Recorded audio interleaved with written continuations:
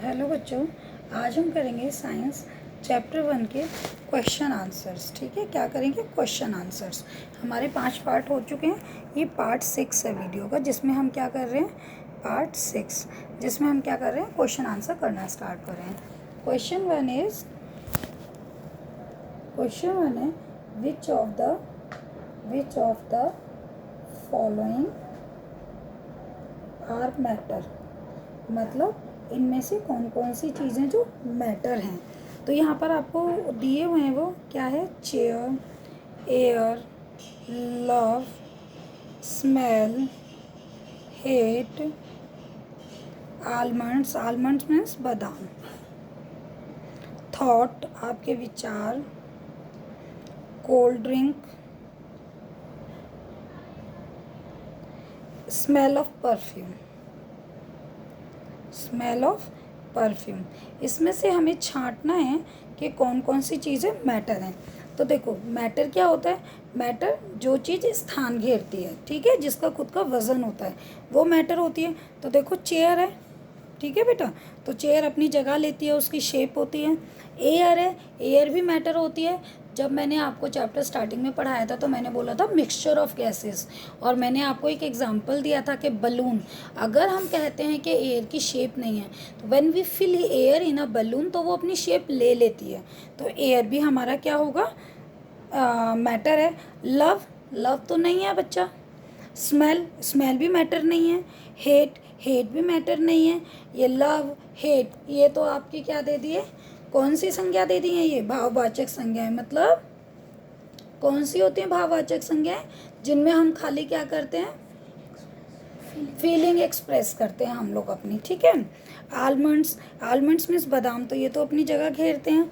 Thought, thought विचार, वो सिर्फ आपके दिमाग में अपनी जगह घेरते हैं, बाहर नहीं निकल सकते, इसलिए ये मैटर नहीं होगा।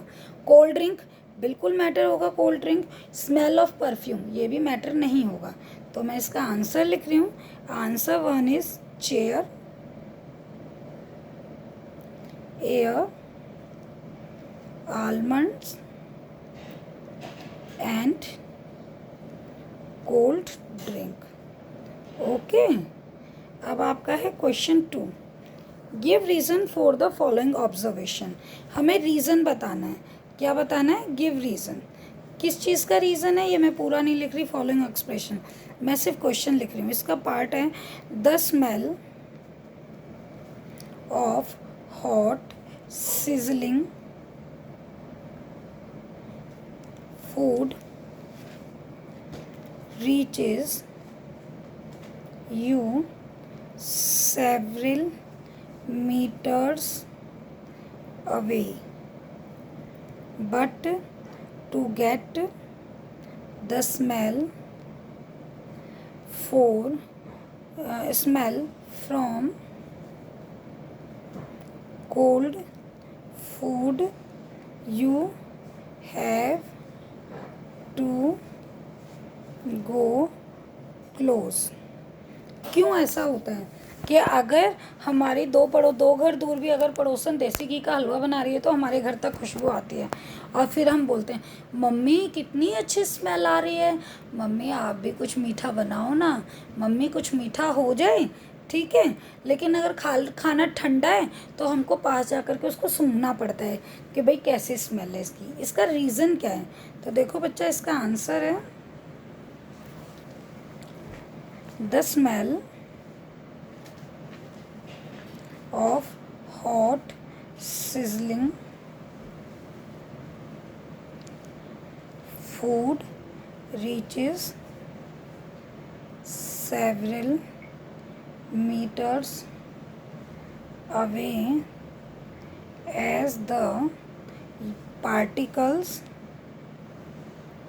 of, yes आएगा, particles of hot food have more kinetic energy and hence the rate of diffusion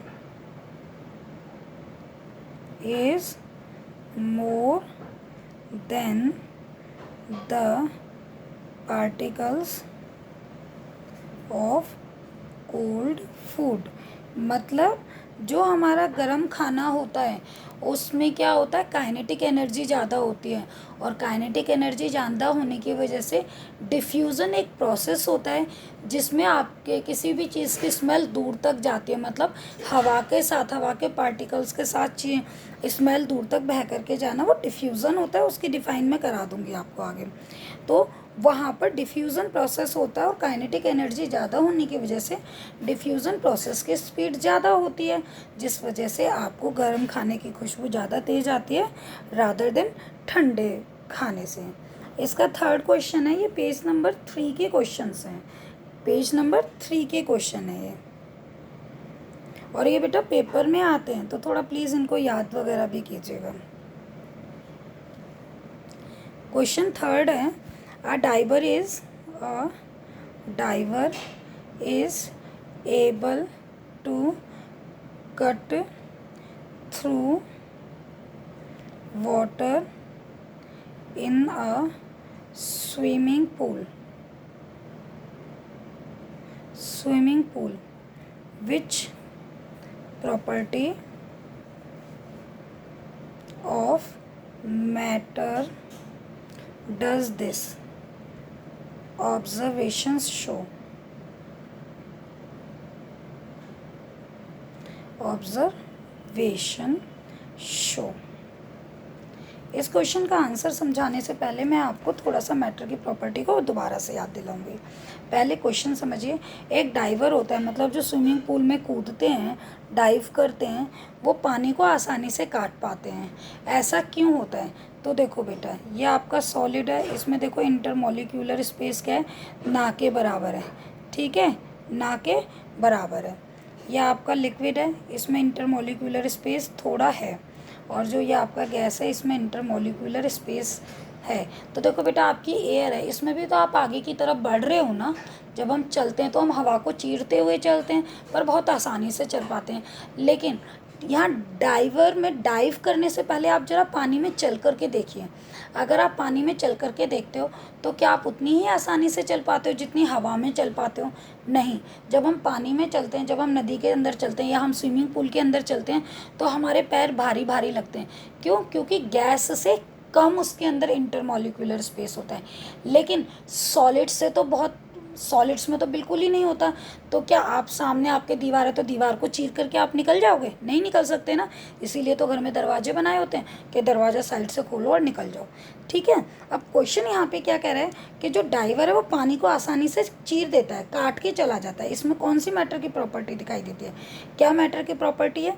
इसके अंदर इंटरमॉलिक्यूलर स्पेस बिल्कुल भी नहीं है। इसके अंदर ये इंटरमॉलिक्यूलर जो स्पेस होता है वो है, और थोड़ा ज़्यादा होता है। किससे? सॉलिड से ज़्यादा होता है। ठीक है, सॉलिड से कम होता है। इसके अंदर जो लिक्विड्स हैं, लिक्विड के अंदर सॉलिड से कम इंटरमॉलिक्यूलर स्पेस है, और गैसेस के अंदर बहुत कम इंटरमॉलिक्यूलर स्पेस होता है। तो जो हम चलने वाली प्रॉपर्टी पे अगर कौन सी प्रॉपर्टी लगाएंगे स्टेट्स की, तो हम लगाएंगे इंटरमॉलिक्यूलर स्पेस, कि इनके अंदर इंटरमॉलिक्यूलर स्पेस होता है वो कम होता है, इसलिए हम उसको आगे बढ़ जाते हैं। तो इसका आंसर हम लिखेंगे, a diver is able to cut through water in a swimming pool. This shows that the particles of water have intermolecular space,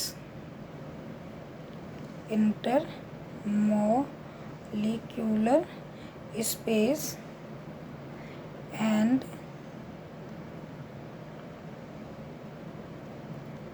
has less force of attraction. देखो बेटा, दोबारा से एग्जांपल देती हूँ इसी को। ये आपका सॉलिड है, तो देखो इसमें इंटरमोलिकुलर स्पेस नहीं है, और क्या है, जो फोर्स ऑफ अट्रैक्शन है वो बहुत ज़्यादा है।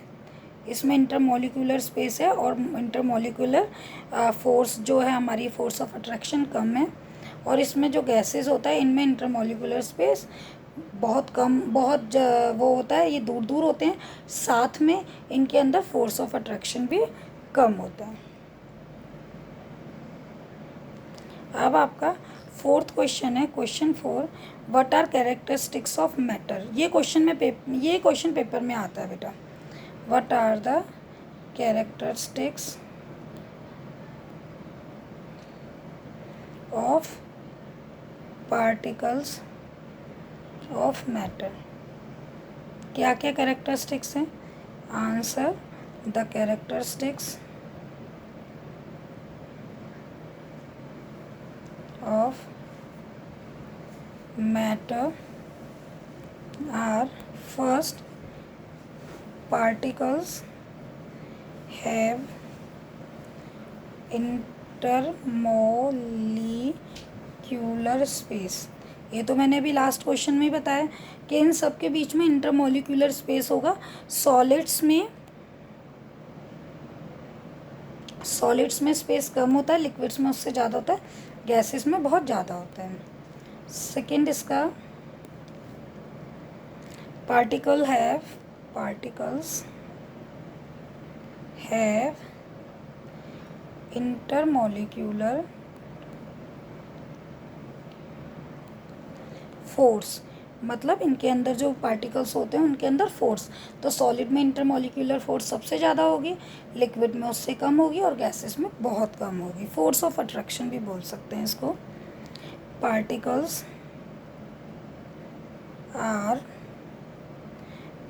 Particles of matter are moving continuously. इसका जब मैंने आपको चैप्टर समझाया था तब मैंने आपको एग्जांपल दिया था कि आप एक ग्लास लीजिए, उसके अंदर पानी रख दीजिए, 10 मिनट तक पानी को रख दीजिए, सेटल हो जाएगा। इसके यहाँ पर आप थोड़ा सा डिटॉल डालिए, तो देखो डिटॉल जब डालोगे तो इसके अंदर बादल जैसा बनेगा, ऐसे करके जाएगा, मतलब डिटॉल नीचे जाएगा फिर ऊपर आएगा, तो उससे क्या पता चलता है हमें कि इनके अंदर काइनेटिक एनर्जी होती है। ये आपके पेज नंबर 3 के क्वेश्चन आंसर्स थे। आगे पेज नंबर 6 के हम कल करेंगे। इन क्वेश्चंस को प्रैक्टिस कीजिए, याद कीजिए, लिखिए। अगर आपको वीडियो पसंद आए तो please like, share and subscribe. Thank you.